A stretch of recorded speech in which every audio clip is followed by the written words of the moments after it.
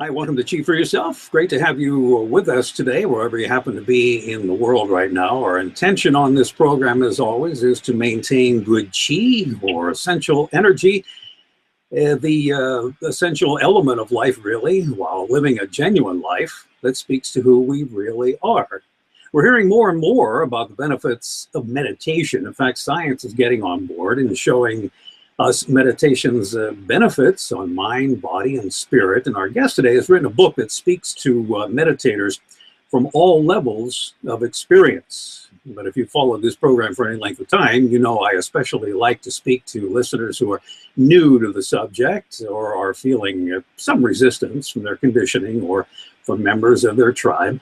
Diana Lang is the author of Opening to Meditation, a gentle guided approach. Keywords here being gentle and guided. Plenty of both in the book. She offers us a meditation method that is simple and practical. And Diana, it seems that even though meditation is simple, you say you could teach it in about 5 minutes.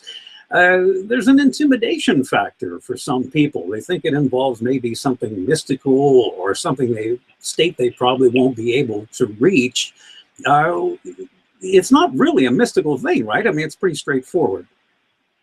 Well, the practice of meditation, of course, is very straightforward and very doable, no matter what our backgrounds might be.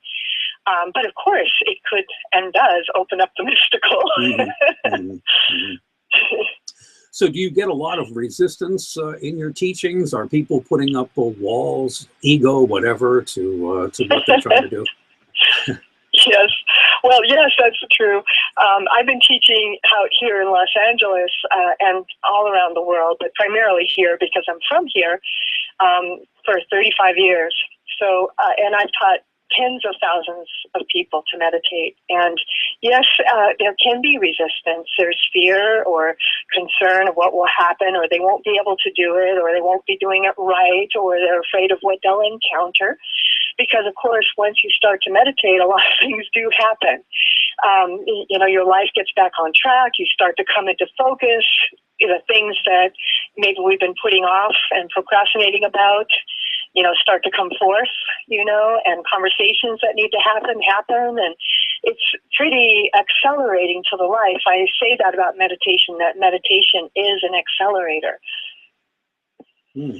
Well, meditation is certainly being shown to bring about well-being and lead people away from things like pills and medical treatments. Of course, there's money to be made in pharmaceuticals. Is the media having a really negative effect on our understanding of meditation with all these pushing pills and things? Yeah, well, yes, because it puts the power back in ourselves, for our own healing. And, so much of depression and anxiety and all of these kinds of psychological conditions certainly are very much, I feel, spiritually coming from that place of feeling disconnected or feeling like nothing matters or feeling like there's no purpose. When you start to meditate, you hook back into your purpose, your particular purpose, your own, and it's very powerful. And then just in the normal world of just health conditions, of course, it lowers your blood pressure and it creates a sense of well-being in the body, which even if you do have a condition, it helps you deal with it better and helps you heal from it, if it's possible, quicker, because there's less resistance to the healing.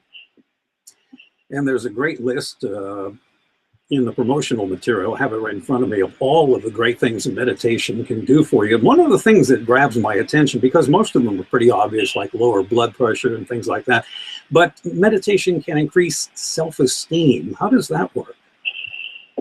Yeah, because when you start to connect to, your source or the center of yourself, that higher part of ourselves, the part that's not the ego, right?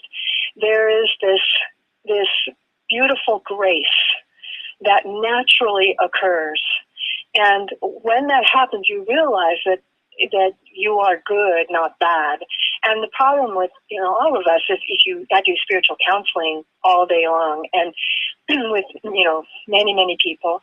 And when people are speaking honestly and truly and from their hearts, there's a lot of insecurity back there, and there's a lot of self-violence in a way, a negative talk to the self. And so when you start to meditate, you start to get wrapped up in that higher view of who we really are. And so self-esteem does change. I noticed recently on one of the big network TV morning shows, the topic of discussion was meditation. And I believe the guest was Russell Simmons. And it's interesting to see a topic like meditation being discussed on a medium that offers so many quick cures and ways to look outside of ourselves. And yet there it was, live and coming into our homes. Why is it that meditation is becoming so popular? Yeah, I think, when I first started teaching meditation, there was, 8 people in Los Angeles, maybe, that did, and most of those were from India, or they were Tibetan lamas or something like that. It has become so mainstream now, partly because of yoga and that consciousness that's been coming through. And also, people are talking about their practice more. I think, meditation is a pretty private experience usually.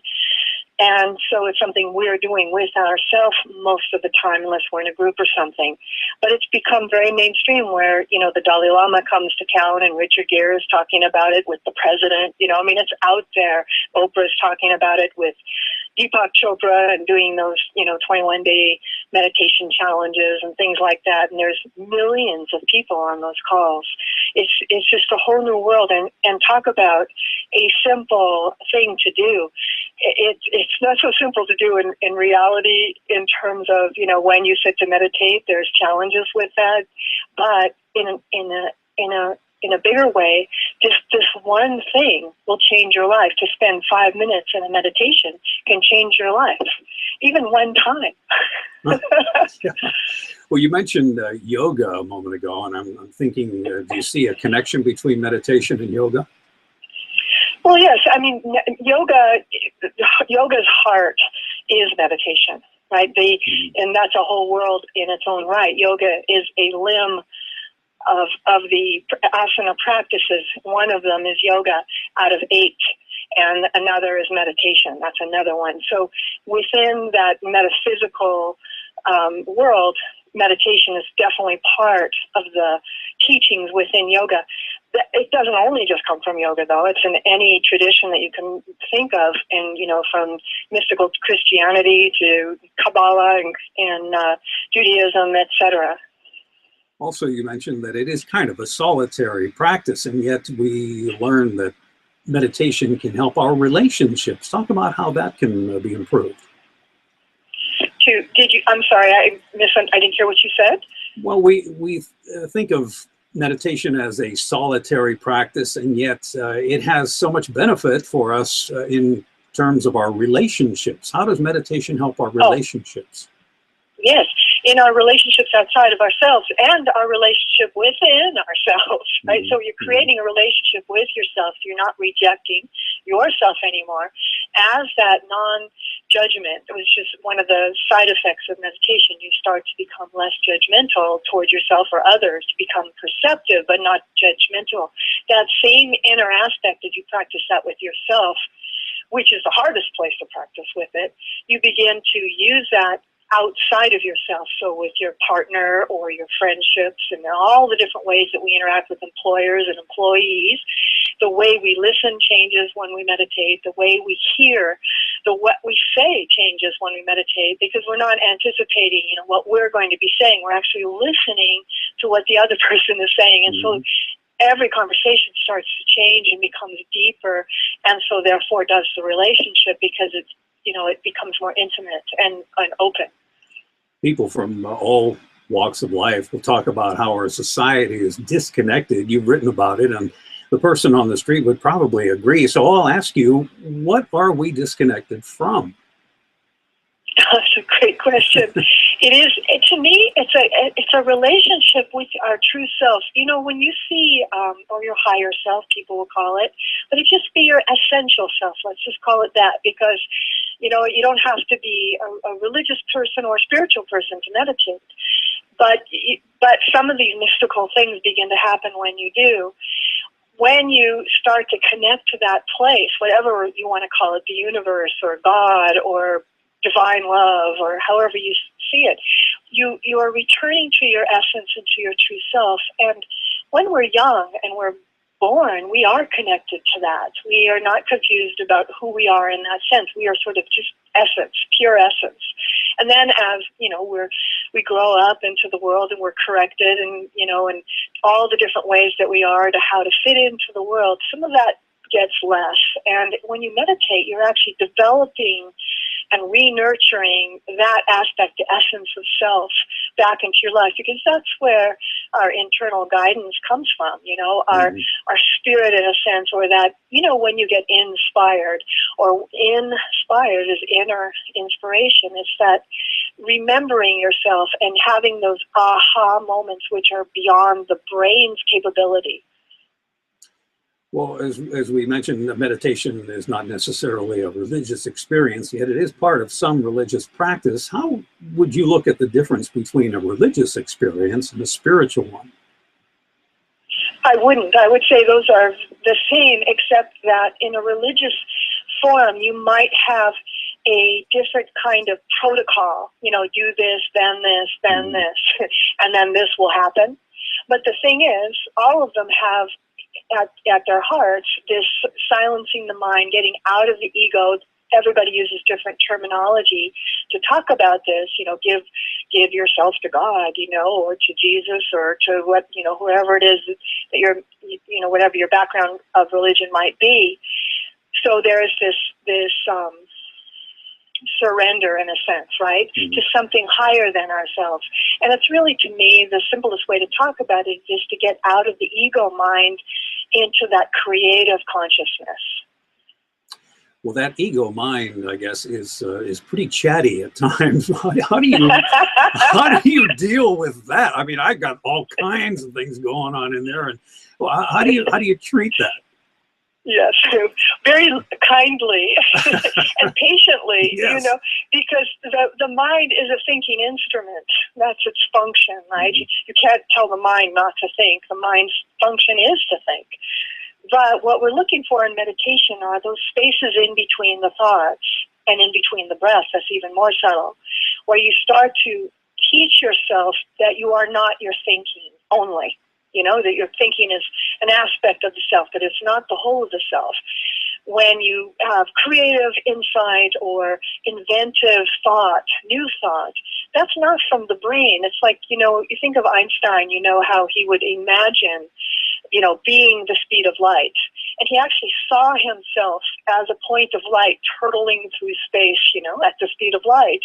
And in his imagination, as he considered that and felt that, then he came back to the drawing board, essentially, and created the formula, that would prove his inspiration or what he felt when he was in that meditative state, in a sense. Do you understand? Yeah.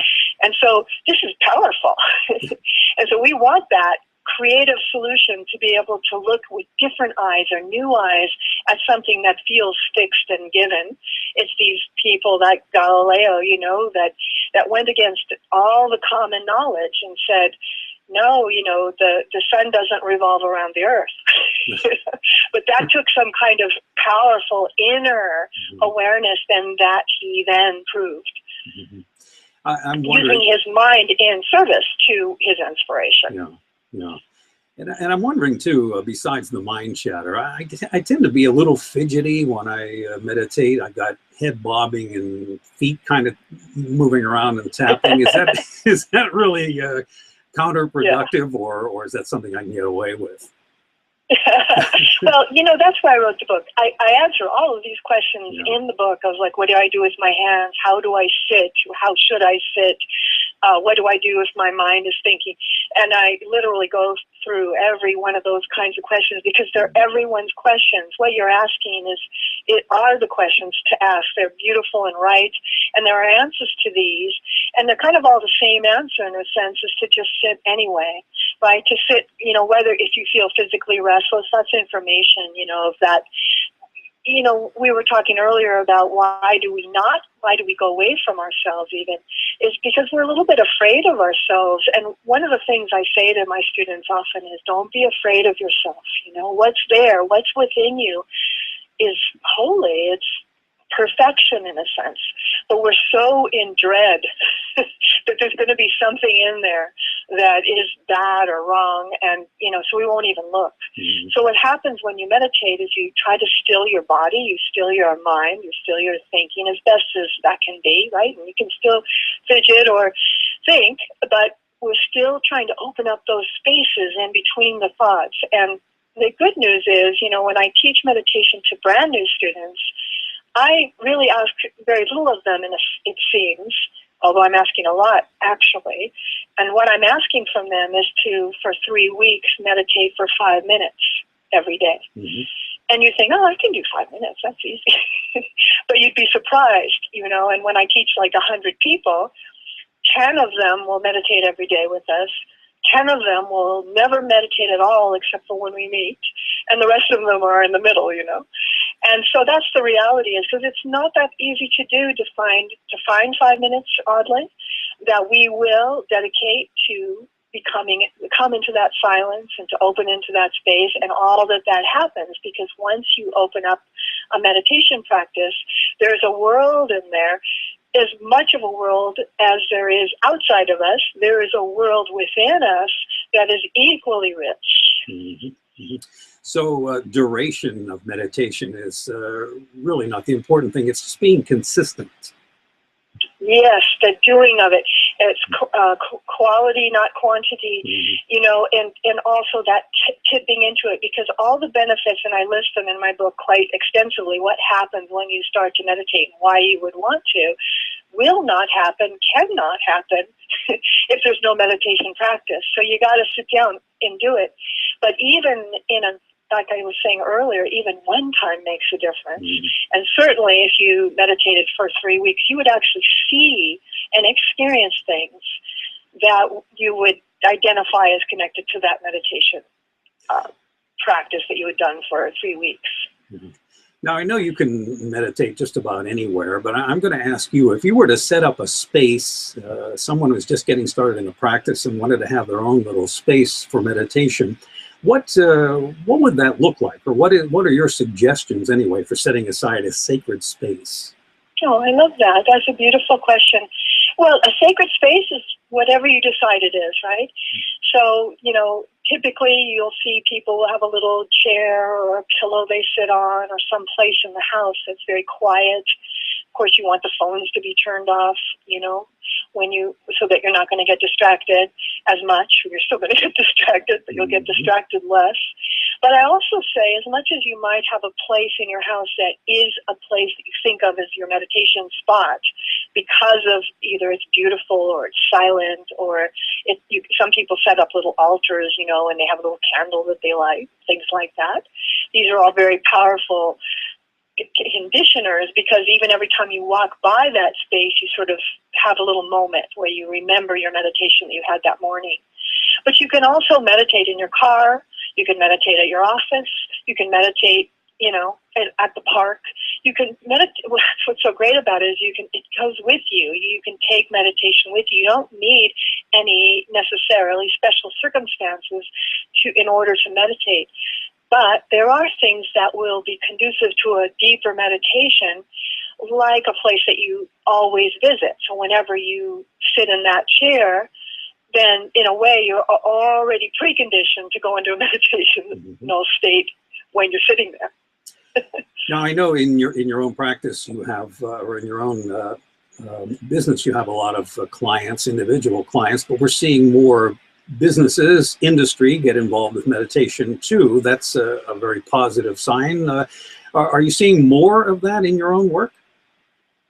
Yeah, well, it's everywhere. I worked during the financial crisis that we had. I happened to be working with 3 different stockbrokers, just coincidentally had these 3 different people from 3 different companies, and they were in their businesses the only people that actually made money during that time.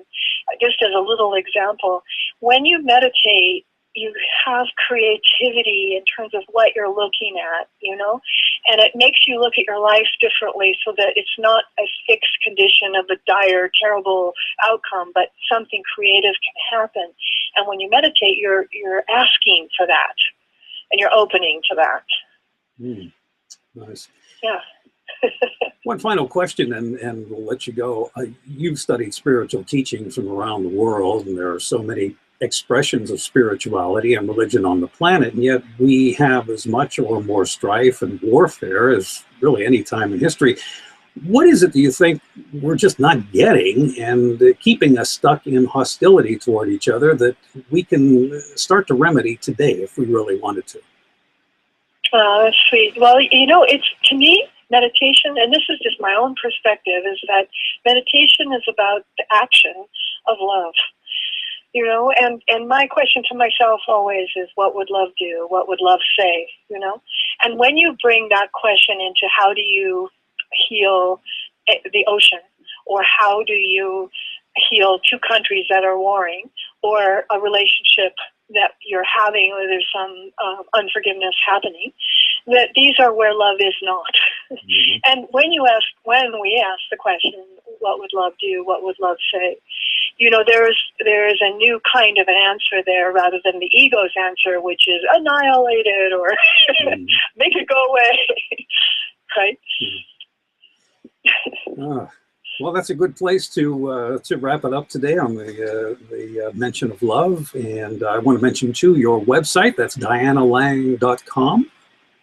Yes. Right? Yeah, and there are many meditations there that people mm-hmm. can listen to that are guided, which are really helpful in the beginning. And we can find out more about the book as well. Get the book through the website. Yes. Okay. Absolutely. The book being... And all the normal outlets as well. Mm-hmm. Okay, the book is Opening to Meditation, a Gentle Guided Approach from Diana Lang, our guest today. Thanks so much for being with us, Diana. And when you come up with another project, as I'm sure you will soon, give us a shout, or we'll keep our ear to the rail for you and have you back on the program. I'd enjoy that. I'd love that, John. Thank you so much for having me. Thank you again, and have a great day, and we'll talk to you again. Okay, thank you. Thanks a lot. Bye-bye. Bye-bye. All right, Diana Lang, and again, the book is Opening to Meditation, a Gentle Guided Approach, and we'll have more information on the website. If you're watching at chiefforyourself.com right now, we'll be putting up a link to Diana's website, and we'll also remind you that you can hear archived versions of the show, not only at the YouTube page, YouTube/GeoHost, but many podcast hosts as well. And there was one more thing I was going to mention. Oh, of course, to subscribe to our blog, Genulines. Genulines keeps you up to date on what's going on guest-wise, who's going to be on, and when, show times, and things like that. Show times are pretty consistent, but, well, one never knows. We do make some changes, and I ask every guest whether they would like to reschedule. That's happened before, so if there are any changes like that, rescheduling, or even pushing it back an hour or two, we'll let you know, and that comes your way through Genulines, which is the blog you find at chiefforyourself.com. Also, I want to mention, too, that the Facebook page for Chief for Yourself is up and running. I haven't given it much love, but I would appreciate it if you'd go there and like Chief for Yourself on the Facebook page. I don't know why I haven't mentioned that for a long time, but I do want you to go there and utilize the page. I'll be posting there and sharing as well. So Facebook has not been left out. It's just I've just been remiss in mentioning it. So that's about it for today. Thanks so much for being part of our day. Be well, and I'll talk to you soon.